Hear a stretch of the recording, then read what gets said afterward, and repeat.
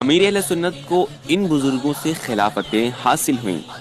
وقار الملت حضرت علامہ مفتی وقار الدین قادری رحمہ اللہ، خلیفہ قطب مدینہ حضرت مولانا عبدالسلام فتح پوری،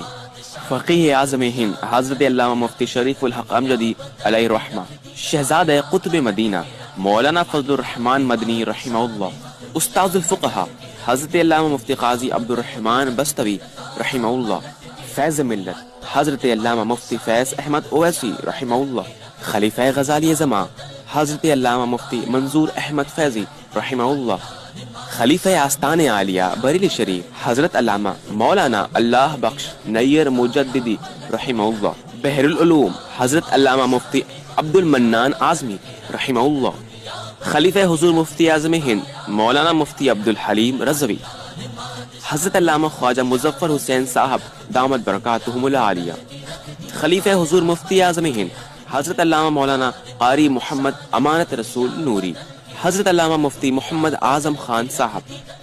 اور ان بزرگوں سے عملیات و تعویذات کی اجازت حاصل ہوئی: خلیفہ حضور مفتی اعظم ہند حضرت علامہ سید احمد سعید کاظمی رحمہ اللہ، خلیفہ قطب مدینہ حضرت مولانا قاری محمد مصلح الدین صدیقی صاحب۔ جو امیر اہل سنت کو غیر عالم شخص کہتے ہیں،